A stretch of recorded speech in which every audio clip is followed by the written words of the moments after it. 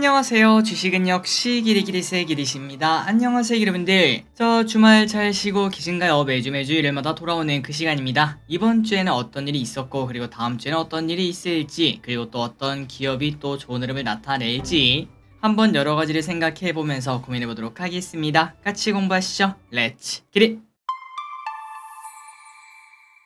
바로 보도록 하겠습니다. 일단 주말 사이의 주요 뉴스를 한번 확인해 보자면은 비트코인 ETF 승인이 또 연기가 되었다는 소식입니다. 그래서 코인 시장은 또다시 약세장을 겪을 것, 이러한 예상이 나온다고 하고요. 그리고 우리 코스피 코스닥, 특히 미국 증시도 아마 9월 달에는 약하지 않겠니? 라는 이야기가 나오고 있는데, 그 이유는 별건 없고 이때까지 과거 그 데이터가 있지 않겠습니까? 최근 몇십 년간의 데이터를 보면은 가장 안 좋은 달이 9월 달로 이렇게 데이터가 나온다고 합니다. 그러니까 그 데이터를 보자면은 올 9월도 좀 약하지 않겠니? 아마도 추석 전까지는 증시가 힘이 없지 않겠니? 이렇게 예상을 한다는 거겠죠. 그런데 여러분들도 알고 있을 거라고 생각합니다. 항상 무슨 데이터가 나오면서 12월이 하락하면은 무조건 1월이 상승한다, 그런 걸 믿고 투자했다가 1월 또 약했던 적 한두 번이 아니죠. 그런 것처럼 이러한 데이터도 100% 믿을 수는 없기 때문에, 이런 게 있구나, 9월 달은 데이터만 보자면 가장 약한 달 중 하나구나, 이 정도만 그냥 알고 가시면 될 것 같습니다. 그리고 이번 주 증시 흐름 한번 확인해 보도록 하겠습니다. 코스피 1.7% 상승했습니다. 그리고 금요일날 기억나시죠? 9월의 첫 번째 날인데 삼성전자가 6%나 급등하는 모습. 여기 보시다시피 삼성전자가 65,800원까지 내려갔다가 그냥 하루아침에 71,000원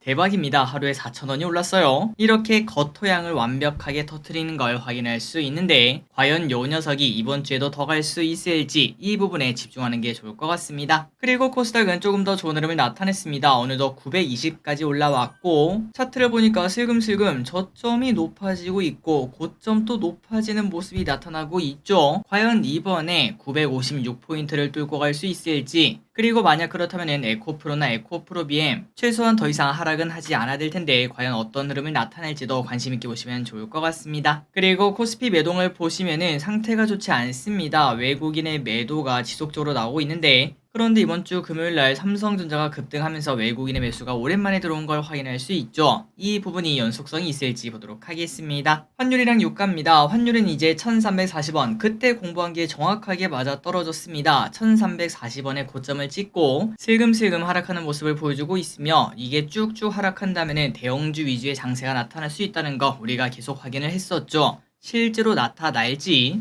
그렇다면 나는 대형주 장세 대비해서 어떤 식으로 투자할지 고민해보시면 좋을 것 같습니다. 다만 여기서 말씀드리고 싶은 거는, 그렇다고 내가 대형주만 사야지 이렇게 말하는 건 또 잘못했겠죠. 아까도 말했다시피 예측은 예측일 뿐 데이터는 데이터일 뿐이기 때문에 실제로 어떤 일이 일어날지는 우리가 예상할 수 없습니다. 그렇기 때문에 포트폴리오 관점으로 다가가는 게 맞다고 생각합니다. 그리고 유가는 계속 올라갑니다. 어느덧 85.55달러, 정유주의 흐름을 관심 있게 봐야겠네요.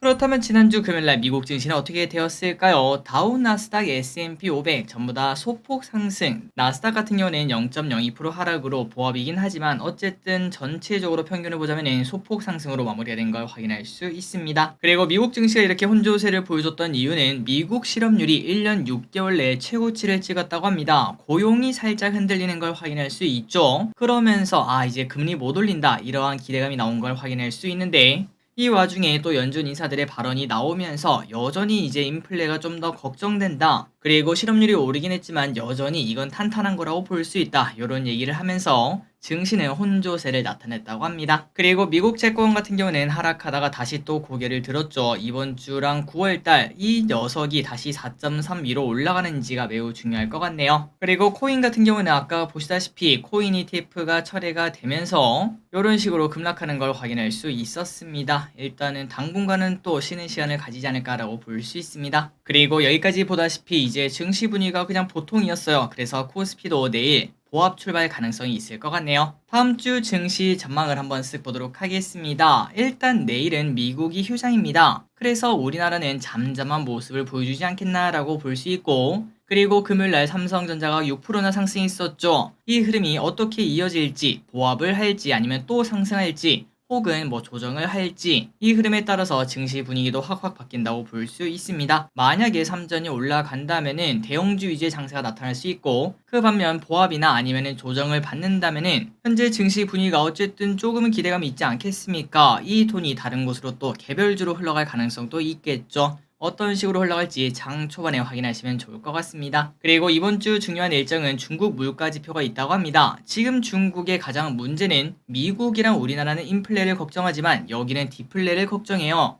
그렇기 때문에 중국 물가 지표가 또 마이너스를 찍는지 그 부분을 확인하시면 좋을 것 같고 만약에 물가 지표가 또 안정된다면은 중국 증시가 올라가며 우리나라도 덩달아 또 좋은 모습을 나타낼 수 있고 그 중심에는 또 중국 소비주도 관심을 가질 수도 있겠죠. 이번 주에는 이 부분을 확인하시면 좋을 것 같고 그리고 이 와중에 미국에서는 고용이 지속적으로 나빠지는 모습을 나타내며 금리 인상 가능성이 줄어들고 있는데 또다시 네카오가 상승할 수 있을지 보도록 하겠습니다. 다음으로 이제 9월 말에는 중국 국경절이 있다고 합니다. 그래서 중국 소비주 아까 봤다시피 중국의 물가가 조금 올라가는 모습을 보여주면은 이런 가능성도 있고 그 다음에 국경절 이벤트도 있지 않겠습니까? 중국 소비주를 또 한 번 더 볼 필요가 있겠네요. 물론 매번 말씀드렸다시피 절대라는 건 없기 때문에 여러 가지 가능성을 두고 고민해 보시면 좋을 것 같습니다. 그리고 마지막으로 이번 주에 좋았던 섹터는 로봇, AI, 자율주행, 반도체, 키즈, 네옴시티 등등 요런 섹터가 좋은 흐름을 나타냈는데 일단 로봇 AI가 진짜 너무 강합니다. 요 친구들이 더 갈지 안 갈지 그리고 반도체 지난주 금요일날 불기둥을 쏘아 올렸는데 추가적 상승이 나올지 다음으로는 자율주행 기대감 올해 말에 현대차에서 시작을 한다고 하죠. 사실 올해 말 해봐야 지금 이제 9월입니다. 9월, 10월, 11월, 12월 사실상 코앞이라고 볼 수 있기 때문에 그 기대감이 또 반영이 되는지 등등 이 부분을 확인해 보시면 좋을 것 같습니다. 그리고 다음입니다. 연기금 외국인 이번 주에는 무엇을 샀는지 보도록 할게요. 그리고 여기까지 보셨다면 구독, 좋아요 눌러주시면 진심으로 감사하겠습니다. 다음입니다. 이번 주에 연기금 뭘 샀는지 보도록 하겠습니다. 네이버, SK하이닉스, 아모레G, LG생건, 고려아연, 삼성 SDS, 아모레퍼시픽, 삼성전자우, 현대제철을 매수합니다. 다음으로 외국인입니다. 삼성전자, 에코프로, 두산에너빌리티, 하나마이크론, 네이버, 레인보우로보틱스, 한미반도체, 이스피타스, 기아, 우리금융지주를 매수합니다. 외국인의 매수가 조금 특별하죠. 3전을 압도적으로 매수했고 그 와중에 에코프로도 많이 사는 걸 확인할 수 있었습니다. 마지막으로 개인 투자자입니다. 현재 개인 투자자는 최근 들어 분위기가 조금 나쁜 포스코홀딩스, 포스코표챔 이렇게 포스코 친구들을 매수하고 있고 그리고 삼성전기, 곧버스, 에코프로비엠, LG엔솔, 코스닥 인버스, 포스코 인터내셔널, LNF, 삼바 등등 인버스 위주로 또 잡는 걸 확인할 수 있습니다. 다음입니다. 이번 주에 어떤 일이 있었는지 복습해보도록 하겠습니다. 이번 주 월요일이었습니다. 오랜만에 원전의 바람이 조금 불었죠. 현대건설이 미국의 원전 설계 업체인 홀텍과 미국의 SMR을 착공한다 이런 얘기가 나왔는데 과연 앞으로 더 좋은 흐름을 나타내줄지 보도록 하겠습니다. 그리고 화요일입니다. 엔비디아가 계속 좋은 흐름을 나타내고 있고요. 지난주였죠. 엔비디아가 서프라이즈를 내면서 이제 순이익 전망치가 계속 높아지다 보니까 내년 예상퍼가 지금 현재 28밖에 안 된다고 합니다. 물론 그 예상을 전부 다 이뤄주냐 이것도 중요하긴 하겠지만 만약 가능하다면 퍼 28이면 충분히 저평가라고도 볼 수 있겠죠. 어디까지 가는지 한번 보도록 하겠습니다. 그리고 골드만삭스에서 엔저 현상이 더 이어지고 추가로 더 하락할 것이다 이렇게 말을 했다고 합니다. 그래서 혹시나 엔화에 관심이 있다면 올해 겨울쯤 되겠죠. 그때가 저점일 가능성이 있으니까 참고하시면 될 것 같습니다. 그리고 자율주행 테마 이야기가 나왔습니다. 현대차가 연말에 세계 첫 상용화를 한다 이런 얘기도 나왔고 미국 빅테크에서 상위 기업들이죠. 애플, 구글, 마이크로소프트, 아마존, 엔비디아 이 친구들 전부 다 자율주행 경쟁이 뛰어들었다는 소식이 나오면서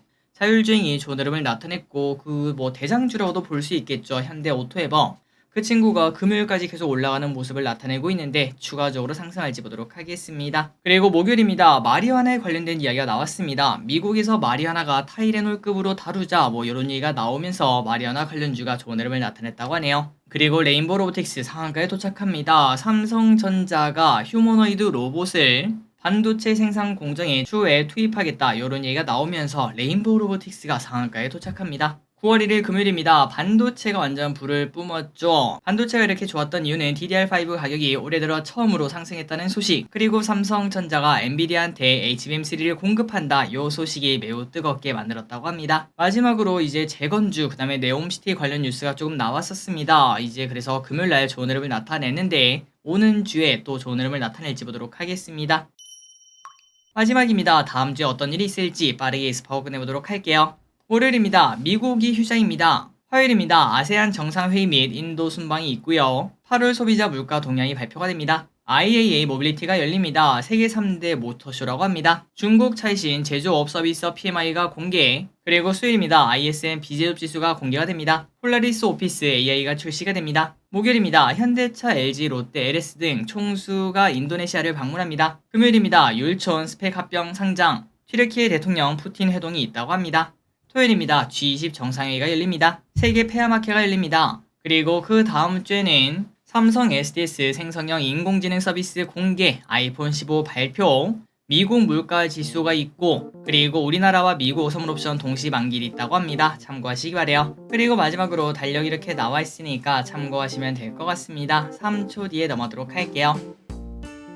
자, 오늘의 공부 여기까지 끝났습니다. 항상 이렇게 같이 공부해서 진심으로 감사합니다. 지금까지 길이셨습니다. 빠이요.